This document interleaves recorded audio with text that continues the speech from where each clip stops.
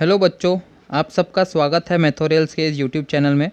आज हम देखने वाले क्लास 10th का थर्ड चैप्टर का प्रॉब्लम सेट 3, जिसको हम लोग ने स्टार्ट किया था। इसके वीडियो के फर्स्ट पार्ट में या फर्स्ट वीडियो में हम लोग ने देखा था question number 1, choose the correct alternative answers के साथ क्वेश्चन नंबर 2, क्वेश्चन नंबर 3, 4 और 5। और 5 क्वेश्चन हम लोग ने वहाँ पे सॉल्व किया था पार्ट 1 में।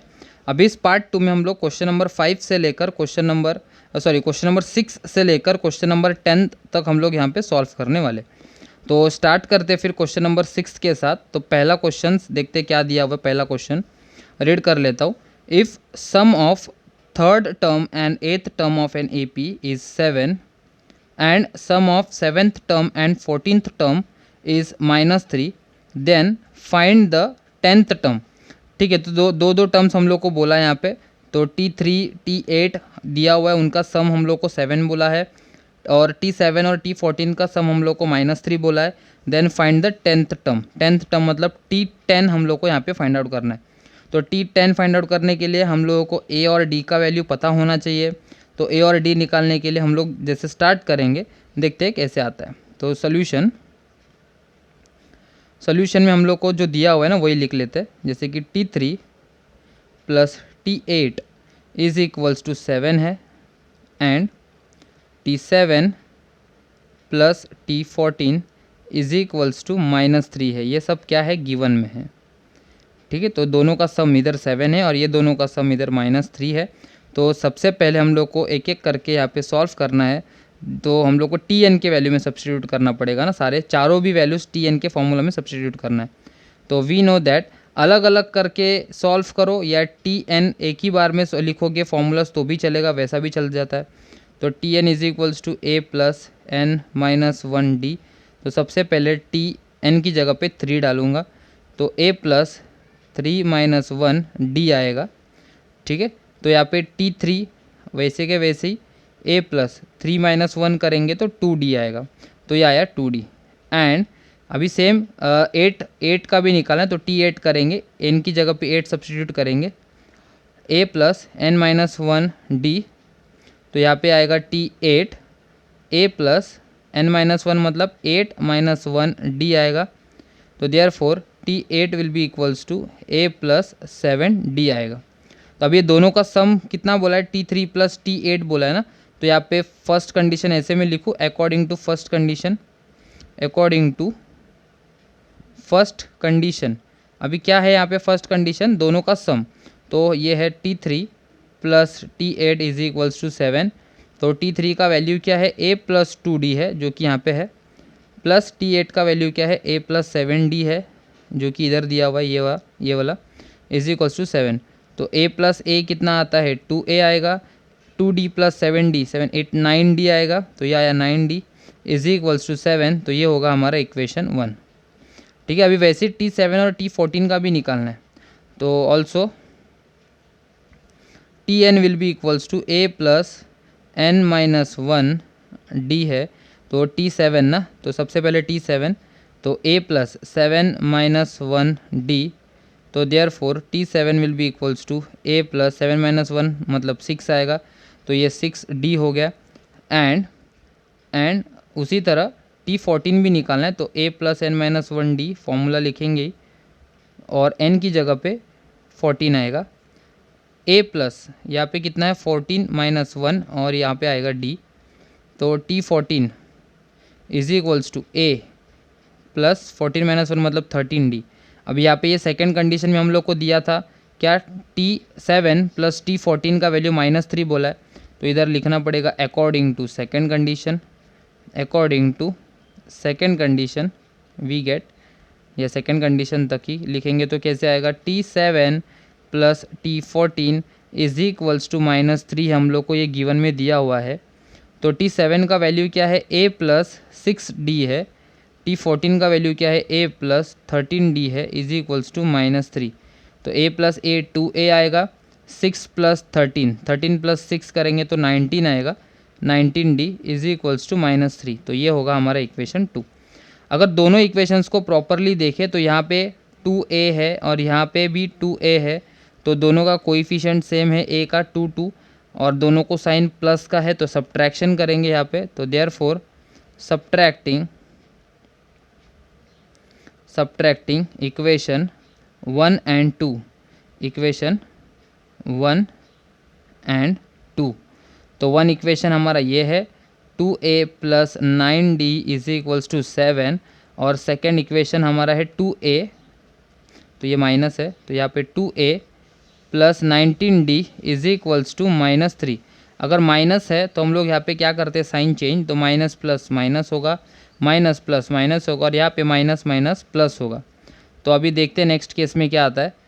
नेक्स्ट स्टेप में 7 प्लस 3 है तो यहाँ पे 10 आएगा, 9 माइनस 19 तो 10 आएगा वापस, लेकिन बिगर नंबर 19 है तो उसका माइनस साइन, तो माइनस 19 यहाँ पे आया मुझे, माइनस 10d आया यहाँ पे आया।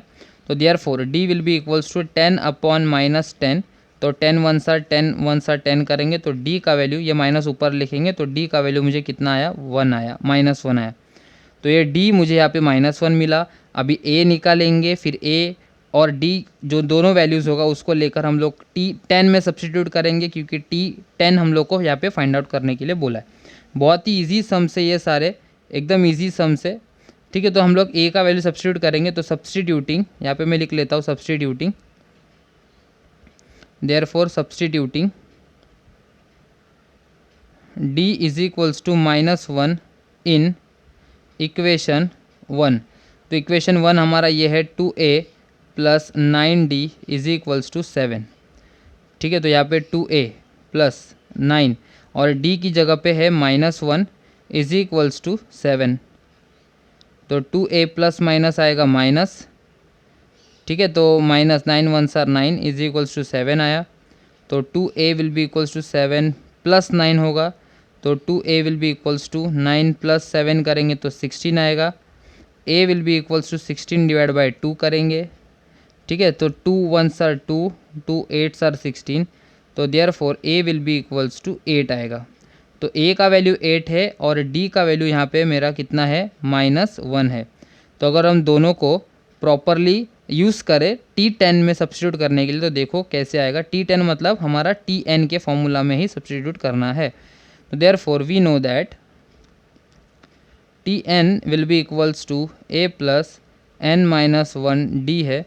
तो देयरफॉर tn की जगह पे 10, a की जगह पे 8 दिया है, n की जगह पे वापस 8 नहीं 10 आएगा, और d की जगह पे देखो -1 था हमारा वैल्यू, तो ये आया -1। तो therefore t10 will be equals to 8 plus 10 - 1 9 -1, और 8 प्लस नहीं प्लस माइनस यहाँ पे माइनस आएगा, ये दोनों को मल्टीप्लाई करेंगे ना, तो 9 इंटू -1 -9 आएगा। तो ये रहा t10, और लास्ट में t10 इज इक्वल्स टू 8 - 9 हम लोग को करना है, 8 - 9, तो 8 - 9 कितना होता है, -1। तो ये t10 हम लोग को फाइंड आउट करने के लिए बोला था, वो हम लोग ने यहाँ पे फाइंड आउट किया। तो लास्ट में हम लोग को स्टेटमेंट लिखना पड़ेगा, therefore 10th term of the AP, 10th term of the AP is -1, ठीक है। तो ये हमारा जो 6th क्वेश्चन था वो कंप्लीट हो गया। अभी हम लोग आगे देखेंगे 7th क्वेश्चन के बारे में। 7th क्वेश्चन मैं यहाँ पे रीड कर लेता हूँ। इन an AP the first term is -5 and last term is 45. If sum of all numbers in the AP is 120, then how many terms are there? What is the common difference? हम लोग को यहाँ पे first term मतलब a या t1 is equals to a equals to -5 बोला है। Last term is 45, मतलब वो सीक्वेंस का लास्ट टर्म मतलब tn बोलेंगे, जो कि हम लोग को यहाँ पे 45 बोला है। If sum of all numbers in the AP, मतलब ये सीक्वेंस में जितने भी नंबर्स है उनका सम हम लोग को यहाँ पे दिया है, मतलब SN दिया हुआ है यहाँ पे कितना 120, N फाइंड आउट करना है हम लोग को और D फाइंड आउट करना है। तो ये बहुत इजी सम है, तो देखेंगे कैसे स्टार्ट करना है हम लोग को यहाँ पे। तो वी नो दैट अभी यहाँ पे कौन सा फॉर्मूला यूज़ करेंगे, SN है तो A दिया है, सब कुछ दिया हुआ है। SN का फॉर्मूला हमारे पास सेकेंड फॉर्मूला जो है वो है n/2 T1 प्लस Tn, ठीक है। तो जिसमें SN का वैल्यू तो 120 है, बहुत इजी सम है, तो 120 आया। N फाइंड आउट करना है तो वो वैसे का वैसे ही आएगा, T1 या A -5, Tn 45, ओके। तो नेक्स्ट स्टेप में 120 is equals to n upon 2 multiply by 45 minus 5 करेंगे तो इधर आएगा 40। तो 2 1 सा 2, 2 2 सा 4 और 0, तो 120 इज इक्वल्स टू 20n। तो नेक्स्ट स्टेप में 120 डिवाइड बाय 20 करेंगे इज इक्वल्स टू n आएगा। ये 0 0 कट होगा, 2 1 सा 2, 2 6 सा 12। देयरफॉर n का वैल्यू मुझे यहाँ पे कितना मिला 6। मतलब वो सीक्वेंस में फर्स्ट टर्म -5 है और tn कितना है 45। मतलब टोटल नंबर्स कितने हैं 6 नंबर्स है, मतलब -5। ये सीक्वेंस में सिर्फ 6 ही नंबर्स टोटल यहाँ पे है, तो उनका सम यहाँ पे कितना आया है 120 आया।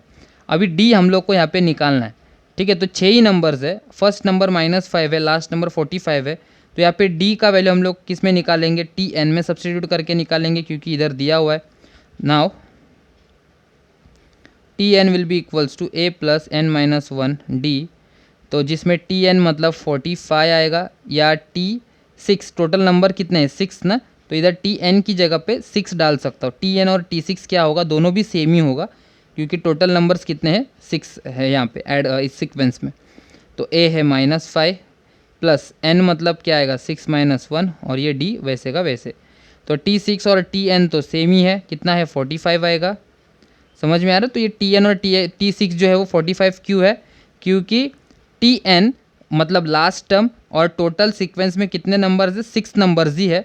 तो टोटल 6 नंबर्स का एडिशन हम लोग को यहाँ पे 120 आया था।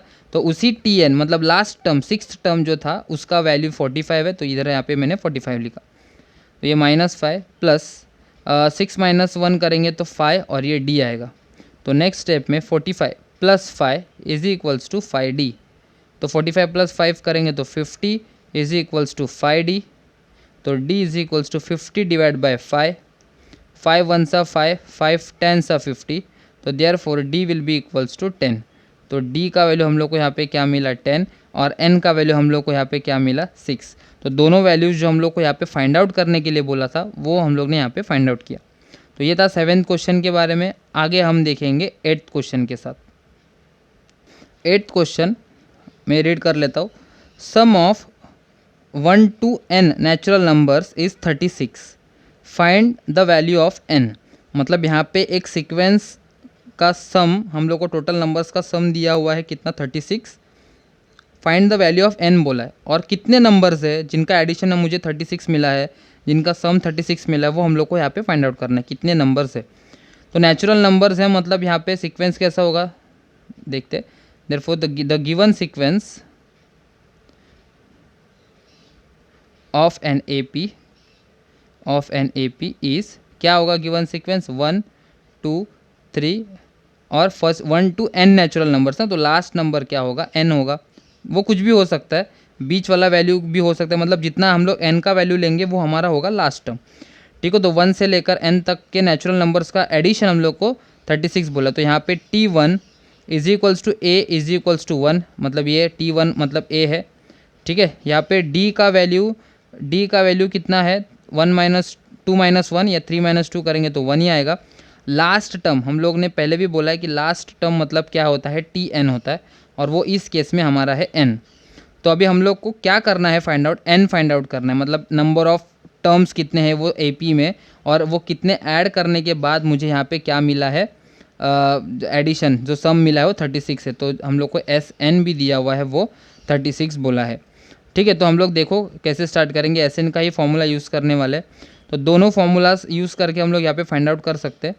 जैसे कि SN will be equals to n upon 2, ये भी यूज़ कर सकते हैं, और जो दूसरा वाला फॉर्मूला है वो भी यूज़ कर सकते हैं, क्योंकि यहाँ पे d दिया है तो वो वाला फॉर्मूला यूज़ करेंगे तो भी चलेगा।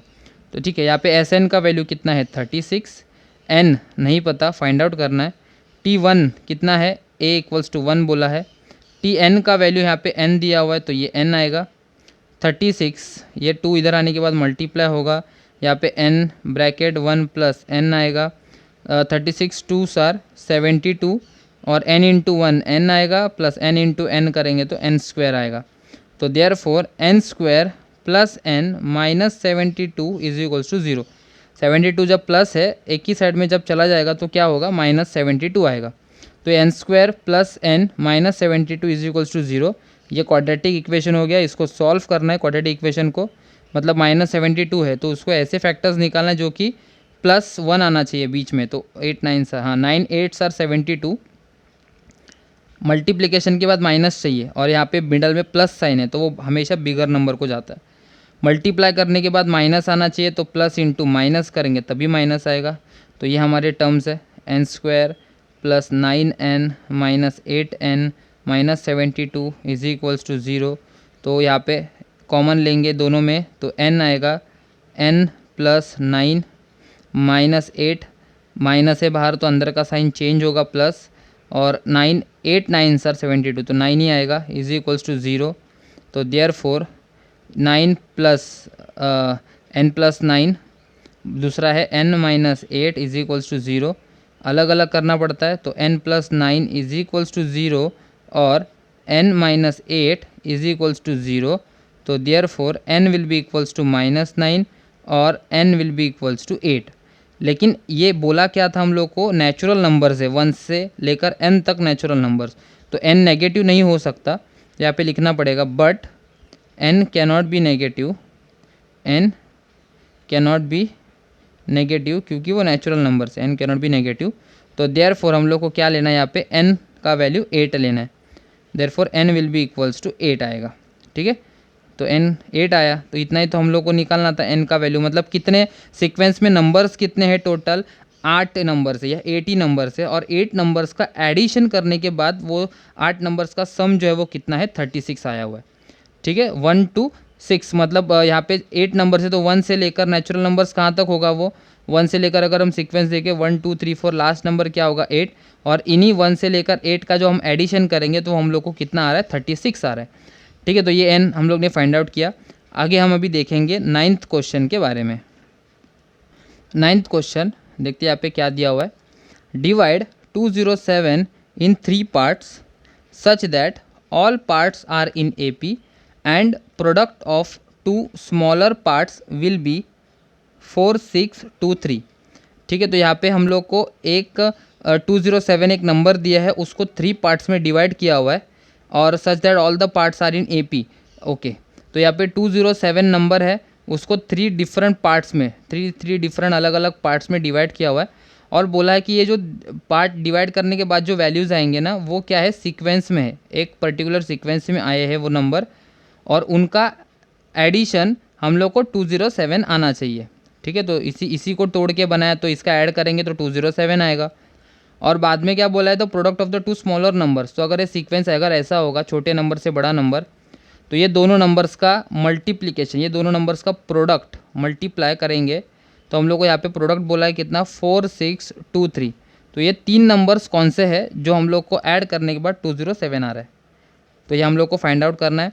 तो जैसे हम लोग ने देखा था कि अगर कॉन्जिक्यूटिव टर्म्स होंगे 3, तो हम लोग को अगर दिया नहीं है तो क्या यूज़ करेंगे, a सबसे पहला टर्म, उसके बाद वाला टर्म a + d आएगा, और उसके बाद वाला टर्म a + 2d। तो यहाँ पे मुझे वही लिखना पड़ेगा, लेट द 3 कॉन्जिक्यूटिव टर्म्स नहीं लिखूँगा क्योंकि यहाँ पे पार्ट बोला है 207 का, let the 3 consecutive parts of 207 that are in AP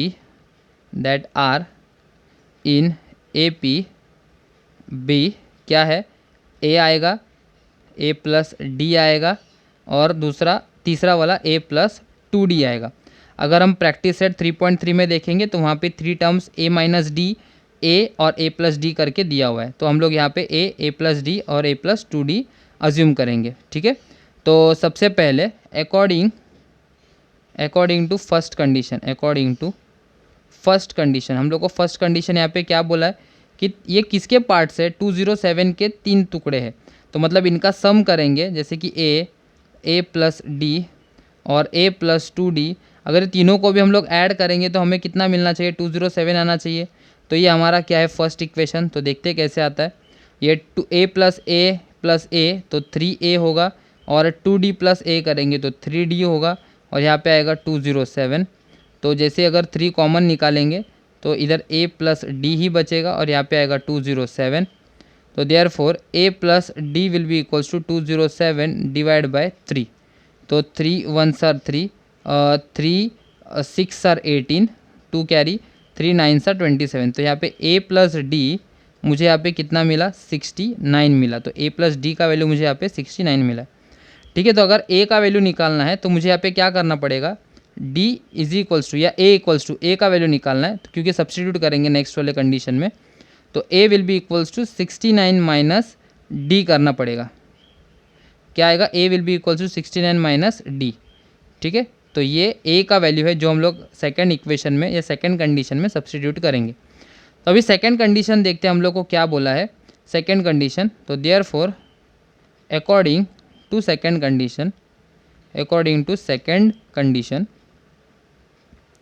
second condition हम लोग को ऐसा बोला है कि product of two smaller parts will be 4 6 2 3।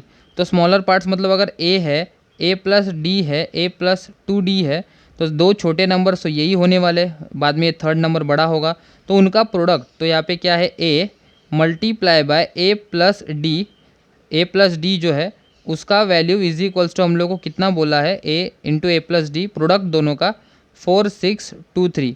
अच्छा, तो हम लोग यहाँ पे क्या कर सकते हैं, ये इक्वेशन 1 इसको नहीं लेंगे हम लोग, इसको नहीं लेंगे, इक्वेशन 1 हम लोग को इसको देना है, क्योंकि देखो यहाँ पे a plus D direct substitute हो रहा है। तो यहाँ पे a प्लस डी का वैल्यू 69 लिखना है यहाँ पे, और इधर 4 6 2 3। तो ये a प्लस डी का वैल्यू मैंने कहाँ से डाला, फ्रॉम 1 से डाला। ठीक है, तो a will be equals to 4 6 2 3 divide by 69 आएगा। अभी 69 के साथ डिवाइड करना है 4 6 2 3 को, तो 3 3 से डिवाइड करके देखते हैं। तो 3 2 सर, दूसरे से कलर से बता देता हूँ, 3 2 सर 6, 3 3 सर 9, और 3 1 सर 3, 3 5 सर 15, 3 4 सर 12 और 3 1 सर 3। अगर 23 के टेबल्स में डायरेक्ट अगर देखें 1 5 4 1, तो किससे मल्टीप्लाई कर सकते हैं हम लोग, यहाँ पे बता सकते हैं किससे मल्टीप्लाई होगा ये, 23 से ना। तो चेक करते 23 लास्ट में 3 है, तो 7 या तो 17 हो सकता है क्योंकि बड़ा नंबर है। 17 से करके देखता हूँ, 7 3 सर 21, 7 2 सर 14 15 16, 3 1 सर 3, 2 1 सर 2, 6 7 8 9, 2 + 1 4 आएगा। ठीक है, तो ये नहीं आ रहा है, दूसरा चेक करेंगे। तो 27 हो सकता है, और 37 हो सकता है, 47 हो सकता है, मतलब ऐसा नंबर होगा, क्योंकि 17 मल्टीप्लाई करने के बाद अगर मुझे 491 आ रहा है तो बहुत छोटा नंबर है, और यहाँ पे 1541, तो शायद ये 57 67 से मल्टीप्लाई करूँगा तब मुझे आ जाएगा यहाँ पे शायद। तो चेक करते, अगर मैं 57 से मल्टीप्लाई करता हूँ तो कितना आता है, 23 मल्टीप्लाई बाय 57, तो 7 3 सर 21, 7 2 सर 14 15 16, 5 3 सर 15, 5 2 सर 10 11, ये आएगा 11, हाँ अभी थाउजेंड्स में आया। 6 + 5 11, 2 3, ये भी छोटा है, तो शायद 67 से होगा। अब ये 7 वाला ही क्यों प्रीफर कर रहा हूँ, क्योंकि यहाँ पे लास्ट में यूनिट प्लेस में 1 है इसलिए, और 7 3 सर 21 लास्ट में 1 आता है इसीलिए। 7 3 सर 21, 7 2 सर 14 15 16, 6 3 सर 18, 1 6 2 सर 12 13 आएगा, 1 8 + 6 14 आएगा, और 3 + 1 4 + 1 5, 1 5 4 1 आएगा। तो देयरफॉर देखो 1 5 4 1 ही है, तो यहाँ पे मैं अगर डिवाइड करूँ 23 1 सर, तो 23 67 सर आएगा, 67। ओके, तो यहाँ पे मैं लिख लेता हूँ 67। ठीक, तो देयरफॉर मुझे a का वैल्यू भी मिल गया, a will be equals to 67। I hope आपको ये डिवीजन समझ में आया होगा। अब ये a का वैल्यू मिला तो मुझे सब्सटीट्यूट करके d का वैल्यू निकालना है। तो therefore substituting a is equals to 67 in equation 1। तो इक्वेशन 1 में मुझे सब्सटीट्यूट करना है। तो 1 इक्वेशन क्या था, a + d इक्वल्स टू 69 था। Therefore a + d is equals to 69, a + d, a का वैल्यू हम लोग को 67 है, तो a की जगह पे कितना आएगा, 67 + d is equals to 69, d will be equals to 69 minus 67, तो therefore d will be equals to मुझे कितना आएगा 2। तो d का वैल्यू मुझे यहाँ पे मिला 2। ठीक है, तो a का वैल्यू 67 और d का वैल्यू 2 है, तो वो सीक्वेंस क्या आने वाला है। तो therefore when A will be equals to 67 and D equals to 2 अगर होगा तो 3 टर्म्स हम लोग को यहाँ पे निकालना है, जो कि सबसे पहला ए था, ए विल बी इक्वल्स टू 67, वो तो है ही।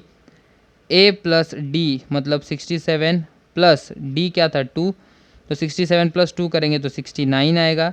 एंड ए प्लस 2d मतलब 67 प्लस 2 इंटू 2, 67 प्लस 4, 67, 7, 8, 9, 10, 11, 71 आएगा, 71। तो हम लोग को 3 नंबर्स यहाँ पे मिल गया जो कि 207 के पार्ट्स है।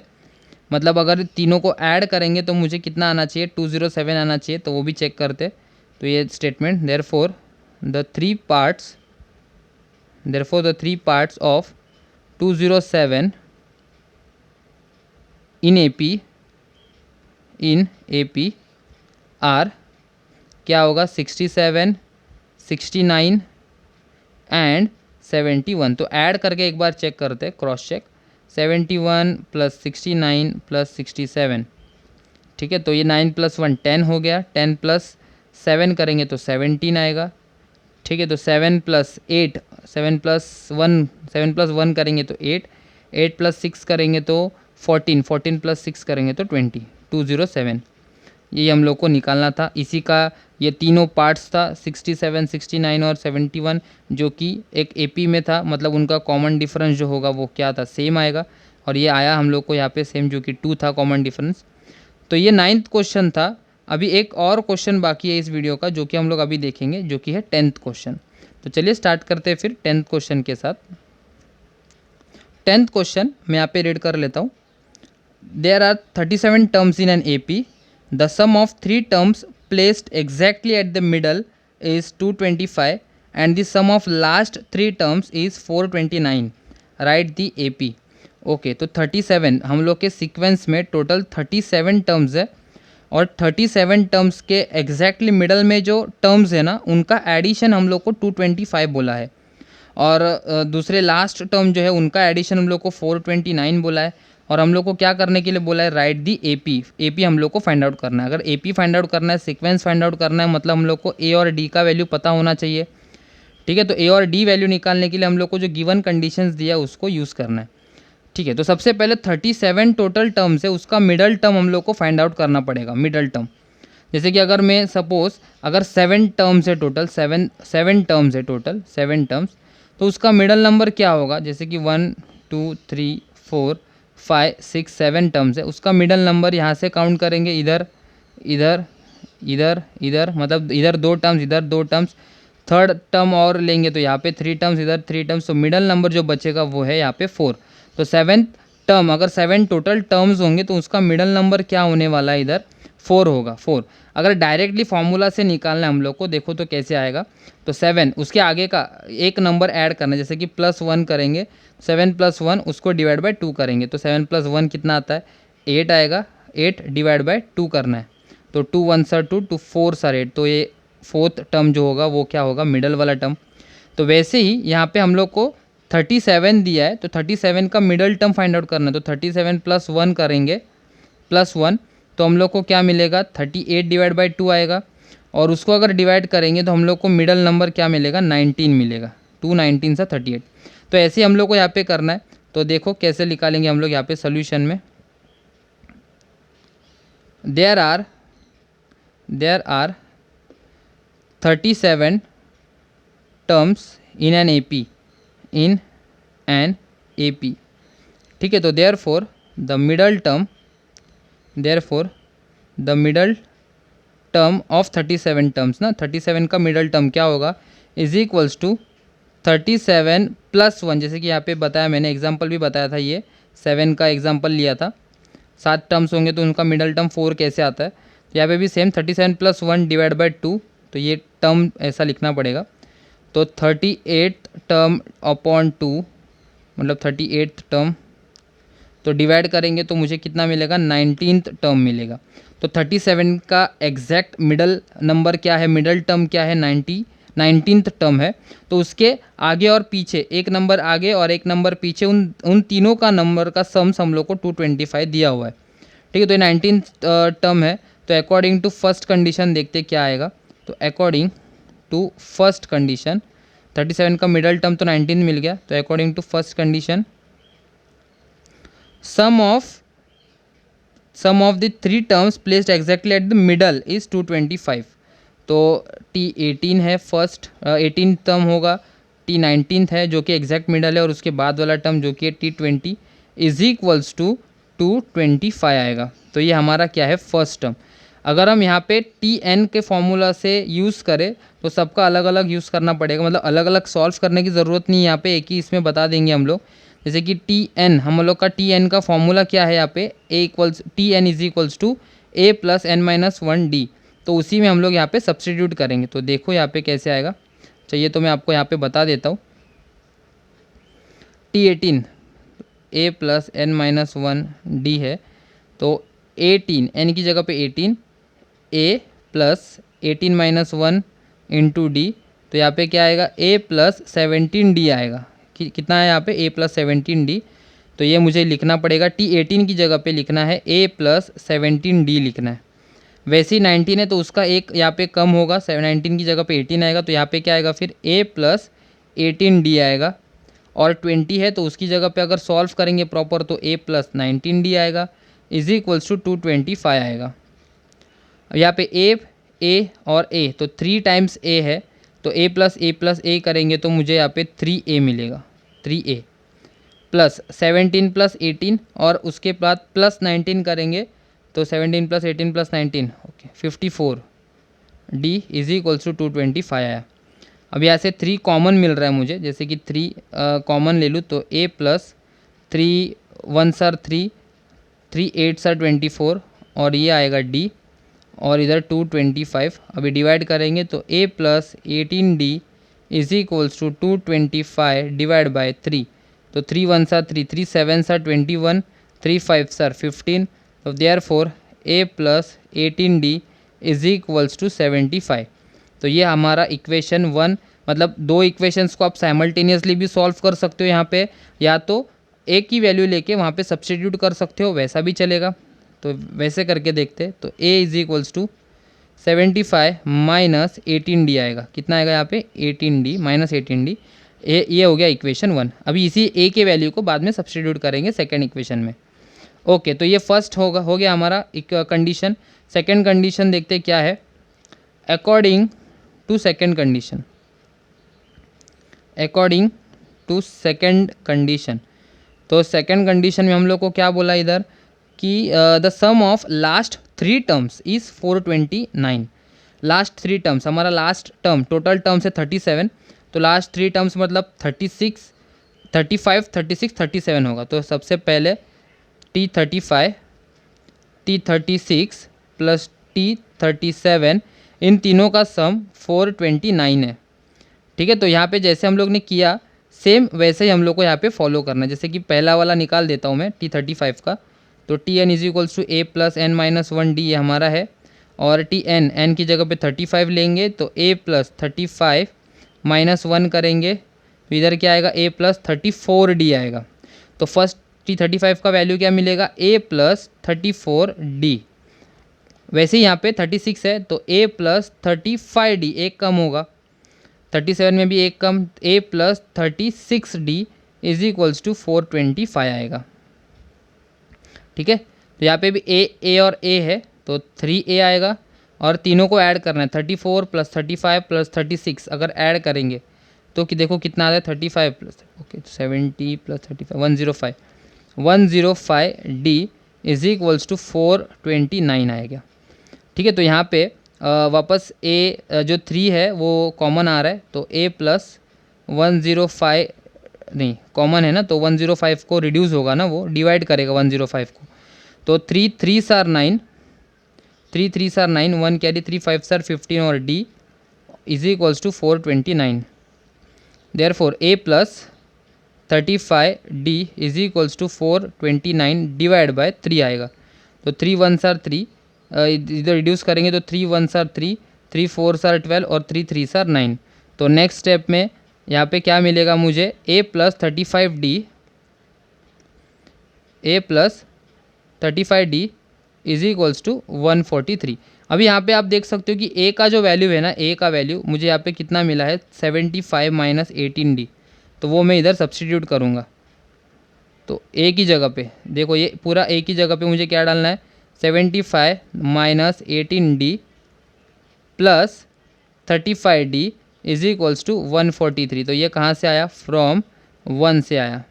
तो नेक्स्ट स्टेप में 75 माइनस प्लस, यहाँ पे ये माइनस प्लस है तो माइनस होगा, 35 माइनस 18 करेंगे तो यहाँ पे मुझे 8 माइनस या 5 माइनस 8 इधर 7 आएगा, और 2 माइनस 1 करेंगे तो 1, तो यहाँ पे 17D मिलेगा प्लस साइन के साथ इज इक्वल्स टू 143। तो therefore 17D will be equals to 143 minus 75 आएगा यहाँ पे। ओके, तो 17D will be equals to 143 minus 75 अगर हम करेंगे तो 3 8 और यहाँ पे 6 आएगा। ओके, तो D will be equals to 68 divide by 17। तो 17 4 सर शायद 68 आता है, तो 17 4 सर 68, तो D will be equals to 4 आएगा। चेक कर लेते हैं, 17 4 सर 28, 4 1 सा 4 5 6 68। Substituting D equals to 4 in equation 1। Equation 1 हमारा ये था, A equals to 75 minus 18D। Okay, तो यहाँ पे 75 है माइनस 18 है, D का वैल्यू 4 निकालना है, तो 18 4 सर करेंगे तो 18 4 सर 32 4 5 6 7 72 आएगा A। Therefore A will be equals to 75 minus 72, तो therefore A will be equals to 3। तो A का वैल्यू मुझे यहाँ पे कितना मिला, A का वैल्यू 3 और D का वैल्यू कितना है 4। अभी हम लोग को सीक्वेंस फाइंड आउट करने के लिए बोला था, तो 2-3 टर्म्स हम लोग यहाँ पे निकाल सकते हैं, जैसे कि हम लोग को पता है कि therefore T1 is equals to A is equals to 3 आएगा। उसके बाद T2 मतलब क्या है, T1 प्लस D करना पड़ेगा, तो 3 प्लस D का वैल्यू 4 है तो वो आएगा 7। T3 will be equals to T2 plus D करेंगे तो T2 7 प्लस 4 7 प्लस 4 11, और फोर्थ टर्म लास्ट निकाल लेते एक, तो T3 प्लस D आएगा। तो T3 कितना है हमारा 11 है, 11 प्लस 4 करेंगे तो 15 आएगा। तो देयरफॉर द गिवन सीक्वेंस, या द गिवन सीक्वेंस नहीं, write the AP find out करना। Therefore the sequence of an AP will be क्या होगा 3, 7, 11, 15 एंड सो ऑन। ऐसे हमारे फर्स्ट सेकेंड थर्ड फोर्थ ऐसे टर्म्स लेकर टोटल कितने टर्म्स है यहाँ पे 37 टर्म्स है, जिसका स्टार्टिंग का 4 नंबर्स हम लोग ने यहाँ पे लिखा 3, 7, 11 और 15। तो ये लास्ट सम था हमारा ये वीडियो का। इसके आगे के जो सम्स है वो हम लोग थर्ड पार्ट में देखेंगे, थर्ड वीडियो में देखेंगे। आई होप आपको ये सारा समझ में आया होगा। अगर आपको समझ में आया है तो आप इस वीडियो को लाइक कीजिए, शेयर कीजिए, कमेंट कीजिए और चैनल को सब्सक्राइब करना ना भूलिए। Thank you.